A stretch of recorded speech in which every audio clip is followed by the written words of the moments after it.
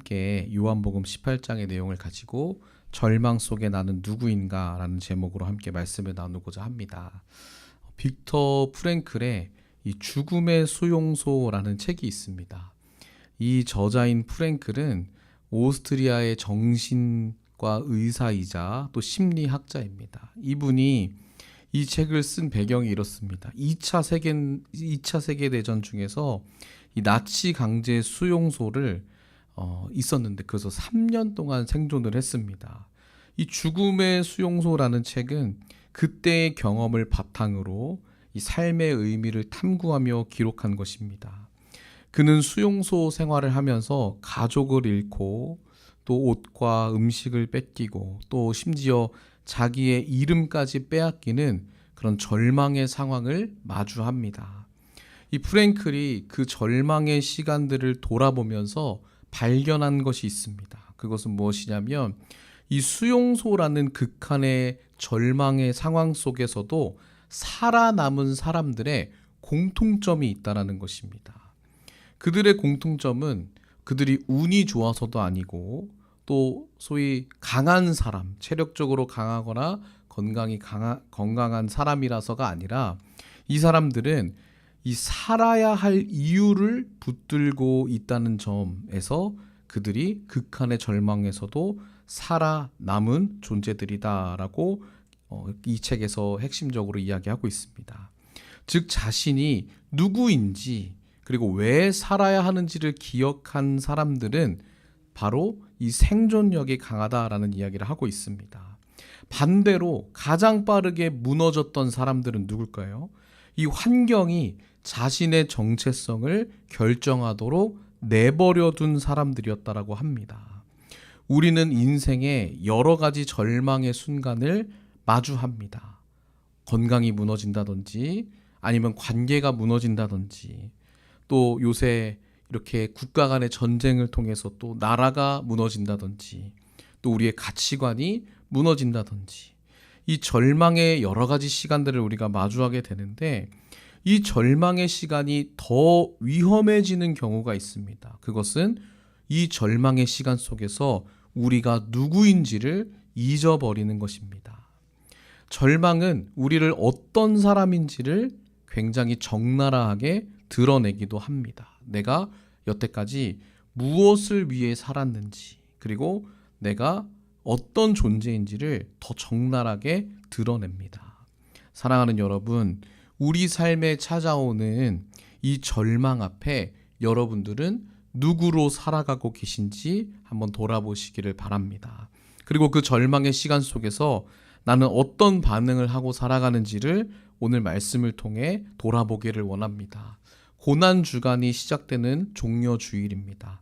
오늘 고난과 절망이 우리의 정체성에 어떤 영향을 주는지 말씀을 통해 발견하기를 원합니다. 그리고 절망과 고난 앞에 우리 자신이 누구이며 또 우리가 어떻게 살아가야 하는지 그리스도인으로서 예수를 어떻게 닮아가야 되는지 이 예수님이 마주한 절망의 상황들을 통해서 우리가 함께 살펴보고자 합니다. 오늘 본문에는 절망의 밤을 배경으로 하고 있습니다. 1절, 2절을 읽어보면 이런데 우리 1절, 2절의 말씀을 한번 읽어보겠습니다. 1절, 2절입니다. 시작. 예수께서 이 말씀을 하시고 제자들과 함께 기드론 시내 건너편으로 나가시니 그곳에 동산이 있는데 제자들과 함께 들어가시니라. 그곳은 가끔 예수께서 제자들과 모이시는 곳이므로 예수를 파는 유다도 그곳을 알더라. 이 기드론 골짜기 건너편으로 제자들과 함께 예수님이 가십니다. 그리고 거기에 동산이 하나 있었는데 이 동산을 요한복음이 뭐라 하죠? 제자들과 함께 자주 갔었던 곳이라고 표현합니다. 그곳에서 제자들과 예수님이 늘 뭘 하셨겠어요? 기도하시고 또 말씀하시고 그들과 함께 밥을 먹고 그들과 함께 교제를 나누었던 친밀한 장소가 그 기드론 골짜기 건너편에 있는 동산이었습니다. 그런데 깊은 밤 친밀한 교제가 가득해야 될 장소에 횃불과 무기를 든 군대의 발소리가 들려옵니다. 예수님의 친밀한 제자 그룹에 속했던 이 배신자, 누구죠? 오늘 등장하는 유다가 등장하는데, 이 예수님을 배신하고 또 그 군대를 이끌고 오는 위기가 고조되고 있는 절망의 밤이자 절망의 장소가 되었습니다. 이러한 절망 속에서 오늘 본문에 나타나는 세 종류의 인간을 우리는 보게 되는데, 그리고 그 셋 중에서 누가 진정한 자기 정체성을 절망 속에 알고 있었는지를 오늘 함께 살펴보고자 합니다. 가장 먼저 첫 번째로 살펴볼 인물은 가룟 유다입니다. 가룟 유다는 절망을 권력으로 바꾸려 한 사람이었습니다. 가장 먼저 이 가룟 유다는 오랜 시간 예수님을 따랐던 제자였죠. 그는 특별히 제자 그룹 중에서 재정 관리했던 사람입니다. 그 재정 누구한테 맡기세요? 재정. 각 회사에서나 뭐 가정에서나 재정 누가 맡죠? 믿을 만한 사람. 그죠? 이 유다는 사실 처음부터 이 재정을 맡았고 또 계산도 빠르고, 그리고 이 재정을 맡겼다는 건 그렇게 믿을 만한 사람이었다라는 것이겠죠. 그러나 이 유다는 예수님을 따르면 따를수록 유다는 절망에 점점점 빠지게 됩니다. 왜냐하면 이 유다의 마음속에는 처음부터 다른 예수를 향한 기대가 있었기 때문입니다. 유다가 기대한 예수님은 누구실까요? 로마 정권을 몰아내고 이스라엘을 회복시키고 자신도 이 새롭게 세워지는 정권 앞에 높은 자리를 차지하게 해주실 그런 왕으로 예수님을 기대했던 것이 유다의 기대였습니다. 그런데 예수님을 따르면 따를수록 그 기대가 하나씩 무너졌던 것입니다. 자신이 기대했던 것과 너무나 다른 삶이 예수님을 따르면 따를수록 펼쳐진 것입니다. 계산적이었던 이 유다의 내면에는 서서히 절망이 차오르기 시작했습니다. 그런데 유다는 그 절망을 그냥 절망한 채로 내버려 두지 않습니다. 그 절망을 기회로 바꾸기로 마음먹었습니다. 마태복음 26장에 이런 얘기가 있는데, 우리 마태복음 26장 14절부터 16절 말씀을 한번 읽어보도록 하겠습니다. 마태복음 26장 14절 16절입니다. 시작. 그때 12 중에 하나인 가룟 유다라 하는 자가 대제사장들에게 가서 말하되 내가 예수를 너희에게 넘겨주리니 얼마를 주려느냐 하니 그들이 은 30을 달아주거늘 그가 그때부터 예수를 넘겨줄 기회를 찾더라. 뭘 찾았다고요? 기회. 늘 기회를 찾고 있었습니다. 자기가 절망했고 자기가 기대했던 모든 것이 무너지니까 늘 기회를 찾습니다. 예수님을 넘길 기회를 찾습니다. 대가로 은 30을 받게 됐죠. 그렇게 자신이 기대하는 바를 예수님을 통해 얻지 못하자 그 절망을 다른 권력자들의 힘을 빌려 이기려고 했던 게 바로 유다의 모습입니다. 오늘 본문에 등장한 이 기드론 시냇가 건너편의 작은 동산, 예수님이 제자들과 가끔씩 모였던 곳, 유다도 너무나도 잘 알았던 그 장소, 함께 기도하고 함께 울고 함께 웃었던 그 동산에 예수님이 계셨는데, 유다는 이 추억의 장소를 배신의 지도로 삼습니다. 친밀했던 장소를 이제 팔아넘기는 기회의 장소로 삼은 것이죠. 유다는 그곳을 주님과 함께했던 장소로 바라보지 못합니다. 이제 더 이상 그곳에는 친밀함으로 주님과 함께했던 장소로 바라보지 못하게 됐습니다. 이제 그 장소에 체포조 관리들을 예수님께 곧바로 인도할 수 있는 매우 이상적인 장소로 유다는 그렇게 시각이 바뀌게 된 것이죠. 그는 그 장소로 로마 군대와 제사장들을 끌고 옵니다. 당시 유대 사회에서 가장 강력했던 두 권력입니다. 정치 권력과 종교 권력을 동원해서 자신의 절망을 기회로 바꾸려 한 것이죠. 어쩌면 유다는 그 선택이 가장 현실적인 선택이고 합리적인 선택이라고 생각했을지 모릅니다. 그러나 이 유다는 이미 예수님을 향한 믿음이 사라진 상태였고 그의 손에 남아있는 건 예수님을 팔아넘긴 은 30개였고 그리고 예수님과 제자 그룹에서 어떻게든 탈출하려는 이 생존 본능밖에 남지 않았습니다. 유다는 절망 속에서 자신이 누구인지를 완전히 잃어버립니다. 더 이상 예수님의 제자가 아니었고 예수님과 친밀한 관계를 가지던 친구도 더 이상 아니었습니다. 그는 세상의 막강한 권력과 그들의 논리 앞에 철저히 자신의 정체성을 던져버리고 재정의하기 시작합니다. 살아남기 위해 또는 무언가를 얻기 위해서만 살던 유다는 자기 정체성을 버리고 결국 예수님을 배신하는, 십자가에 못 박게 하고 팔아넘기게 하는 그 손이 되고 맙니다. 우리는 절망 앞에서 유다를 바라보며 우리는 어떠한 힘을 찾고 있는가, 어떠한 기회를 엿보고 있는가 한번 우리 자신을 돌아보았으면 좋겠습니다. 유다처럼 세상의 힘과 논리 안에서 절망을 극복하려 할 때 우리는 나도 모르는 사이에 하나님의 자녀, 하나님과 친밀함을 누리는 예수님의 친구라는 정체성을 점점 잃어버리게 됩니다. 그리고 점점 손해보는 일을 하지 않습니다. 믿음과 기회를 저울질하면서 주님과 친밀했던 은혜의 시간을 기회의 시간으로 바라보게 됩니다. 결국 절망 앞에 주님을 기꺼이 배반하는 삶을 살아가게 되는 것이죠. 그리고 그것 또한 자기를 위한 하나님의 은혜라고 착각하며 살아갈 수 있다는 것입니다. 두 번째로 우리가 살펴볼 인물은 베드로입니다. 이 베드로는 절망을 칼로 막아서려 한 사람이었습니다.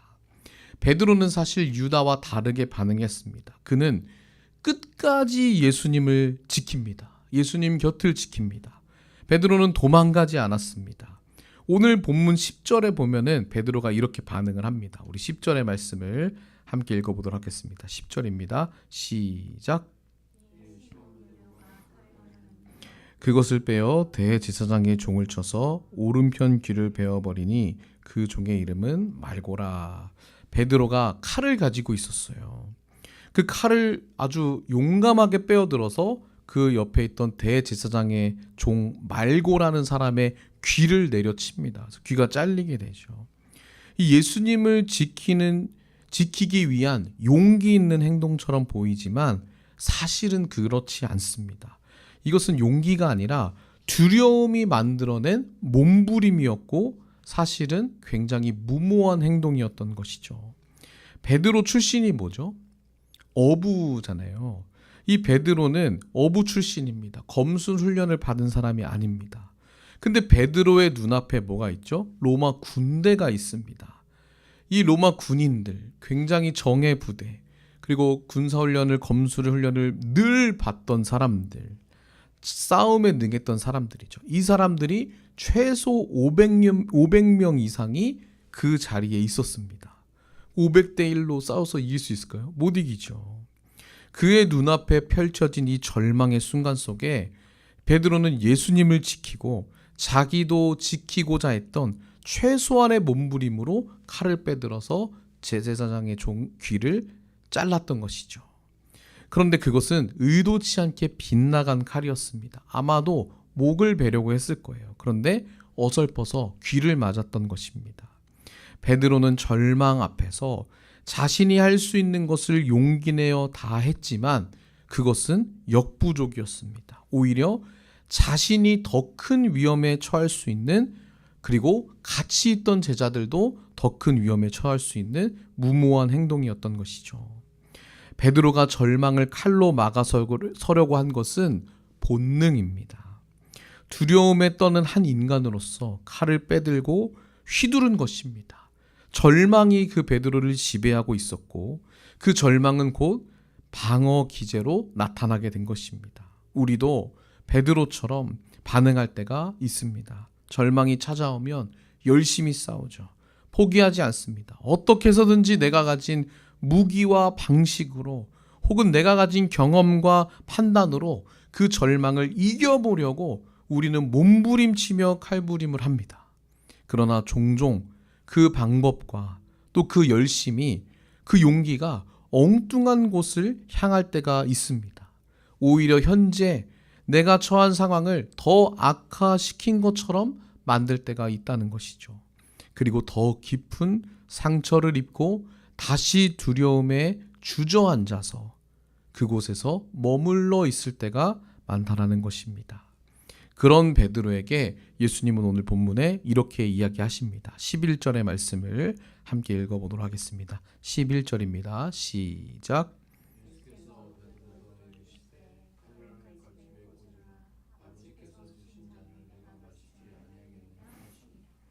예수님께서는 그렇게 몸부림을 치며 그 절망을 이겨보려고 칼을 휘두르는 베드로에게 칼을 칼집에 꽂으라 라고 말씀하십니다. 그리고 아버지께서 내게 주신 잔을 내가 마시지 않겠느냐 하면서 그들에게 마치 잡혀가듯이 진 것처럼 얘기합니다. 그러나 예수님의 이 말씀은 패배의 언어가 아니었습니다. 이 말씀은 그저 신앙심으로 절망을 이기기 위한 마인드 컨트롤의 말도 아닙니다. 이 말씀은 하나님 안에서 자신이 누구이신지 그리고 내가 어떻게 살아가야 하는지를 명확히 알고 있었던 예수님의 생명의 말씀이었습니다. 그래서 마지막으로 살펴본 인물이 바로 예수님입니다. 예수님은 절망의 한복판에서 자신이 누구이신지를 밝히 드러내신 분입니다. 예수님 역시 절망의 한복판에 서 계시지요. 예수님을 향해 막강한 권력자인 로마 군대와 종교 지도자들이 살기등등하게 찾아왔습니다. 그리고 함께 먹고 마시며 울고 웃었던 다 아셨지만 그래도 사랑했던 제자 유다가 자신을 배신합니다. 그 배신감과 두려움이 그리고 그 두려움 때문에 결국 예수님 곁을 다 떠나게 될 제자들의 그 연약함도 예수님 다 알고 계셨죠. 그 한복판에 배신과 상실과 두려움과 절망의 한복판에 예수님이 서 계십니다. 결국 절망이 현실이 되어서 저들의 손에 넘겨져 죽임당하실 것을 다 알고 계셨던 상황이죠. 이런 상황에서 예수님은 제자들을 뒤로 하고 앞으로 나가십니다. 그리고 이렇게 물어보십니다. 3절 4절의 말씀을 한번 읽어보겠습니다. 3절 4절입니다. 시작.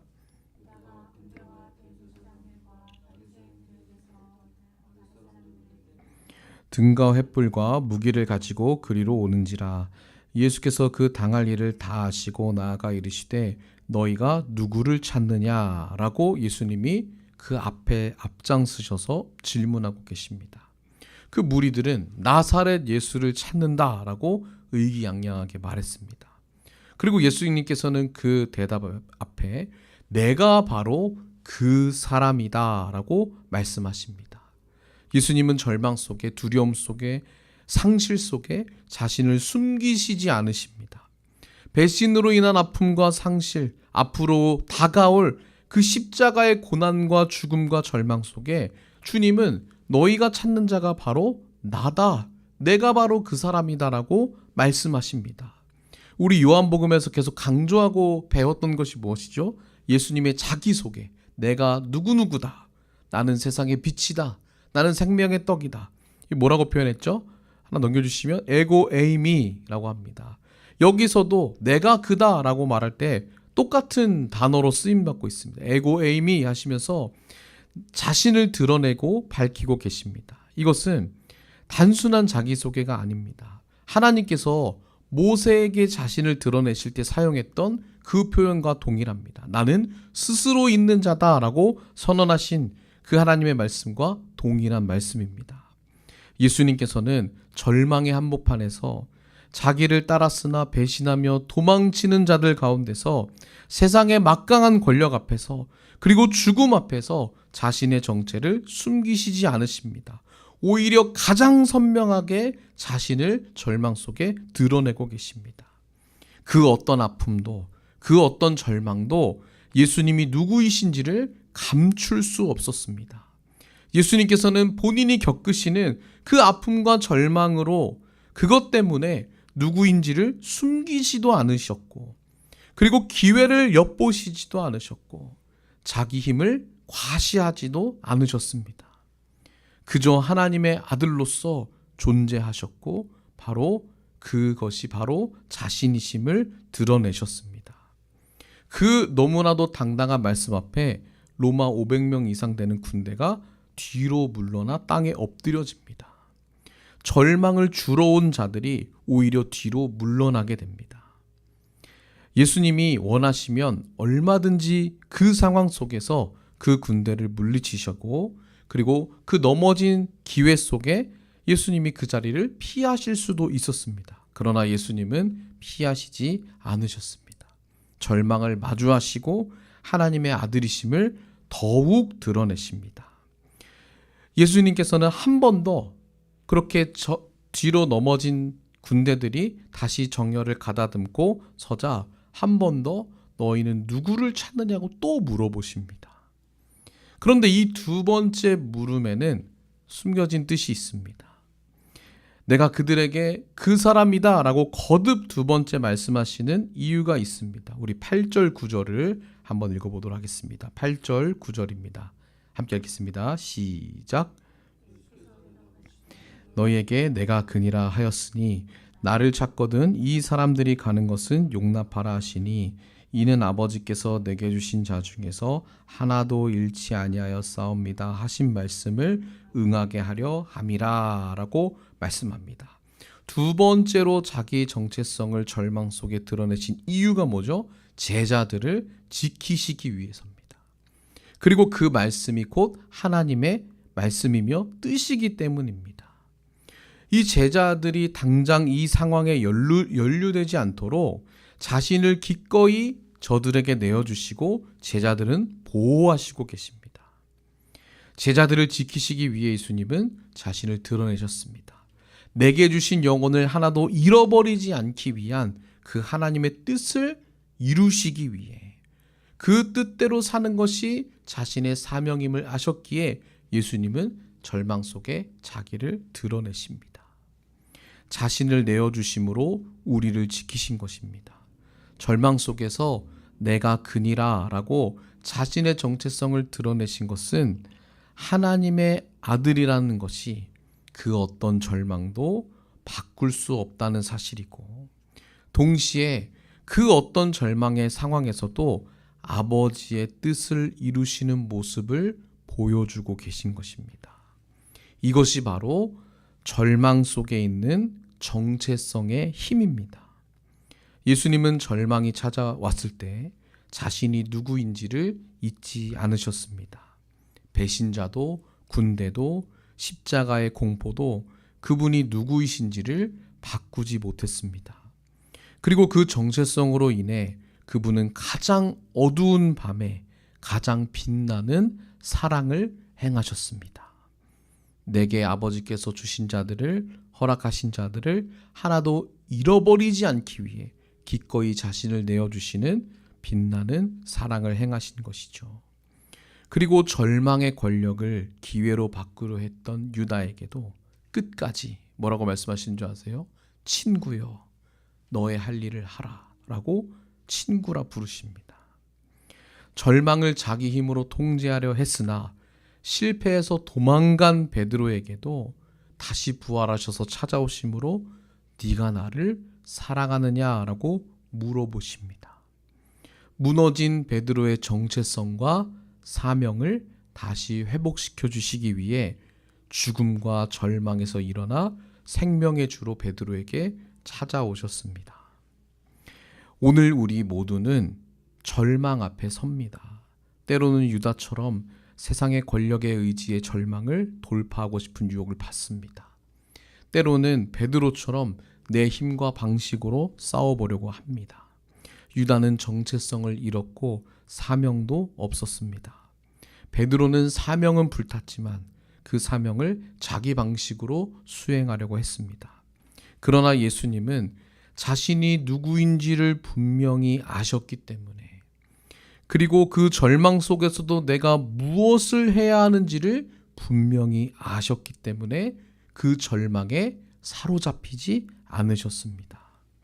절망 속에 나는 누구인가를 아는 사람만이 나는 무엇을 하며 살아가야 되는지를 어떤 상황 속에서도 끝까지 붙들 수 있다는 것입니다. 이것이 예수님의 절망 속에 자기 소개가 우리에게 건네는 메시지입니다. 절망이 찾아올 때 여러분들은 여러분이 누구인지를 알고 계십니까? 그리스도인의 정체성은 상황에 따라 변하지 않습니다. 나를 배신한 사람 앞에서도, 나를 무너뜨리는 세력 앞에서도, 아무도 알아주지 않는 어두운 밤과 같은 상황 속에서도 우리는 그리스도인이며 하나님의 자녀입니다. 예수 그리스도 안에 사는 존재입니다. 예수님께서는 가장 극한의 절망 속에서 내가 그니라 라고 말씀하셨습니다. 그리고 그 정체성으로 십자가를 향해 걸어가셨습니다. 우리에게도 그 길이 있습니다. 칼을 내려놓고 세상의 권력을 내려놓고 내가 누구인지를 기억하는 것, 그것이 신앙의 길이요, 오늘 이 말씀이 우리에게 건네는 도전입니다. 절망 속에 여러분들의 이름은 무엇입니까? 예수님 안에서 당신은 여전히 그리스도인입니다. 그 이름을 붙들고 오늘을 살아가시길 주님의 이름으로 축복합니다.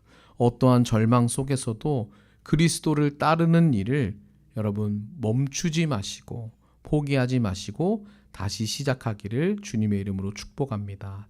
우리 마지막 구절을 읽고 우리 함께 성찬을 준비하도록 하겠습니다. 요한복음 18장 11절 말씀입니다. 함께 읽겠습니다. 시작. 아버지께서 주신 잔을 내가 마시지 아니하겠느냐. 아멘. 기도하고 이제 성찬식을 거행하도록 하겠습니다. 제가 기도하겠습니다. 사랑의 하나님, 감사합니다. 하나님, 오늘 우리에게 말씀하여 주시니 감사합니다. 절망 속에서 내가 어떠한 존재로 살아가야 되는지를 예수님의 그 모습을 통해, 그리고 절망 속에서도 앞장서셔서 내가 그니라 라고 말씀하시는 그 말씀을 통해 우리에게 가르쳐 주시니 감사합니다. 절망이 우리를 삼키려 하고, 절망이 우리를 두렵게 하고, 우리가 누구인지를 기억나지 못하게 하고, 결국에 그리스도인이라는 정체성을 버리게 만드는 순간들 속에서도 예수님, 우리를 위하여 그 모든 절망과 고난을 기꺼이 받으시고 당하시며, 그 속에서도 우리를 친구라 부르시고, 그 속에서 우리에게 찾아오셔서 내가 나를 사랑하느냐라고 말씀하시며 무너진 정체성과 사명을 다시 회복시켜 주시는 우리의 생명의 주요, 우리의 세상의 빛이요, 우리의 소금이며 우리의 모든 것 되신 예수 그리스도를 찬양합니다. 그 예수 그리스도 안에 거하는 삶으로 우리를 부르시니 감사합니다. 날마다 그 길을 한 걸음 한 걸음 걸어가는 우리의 복된 인생길 되게 하여 주시옵소서. 모든 절망 속에서 내가 주님 안에 거하는 하나님의 자녀임을 잊지 않는 우리 모두가 되게 하여 주시옵소서. 모든 영광 주님 홀로 받으시고 감사드리며 예수 그리스도의 이름으로 기도드렸습니다. 아멘.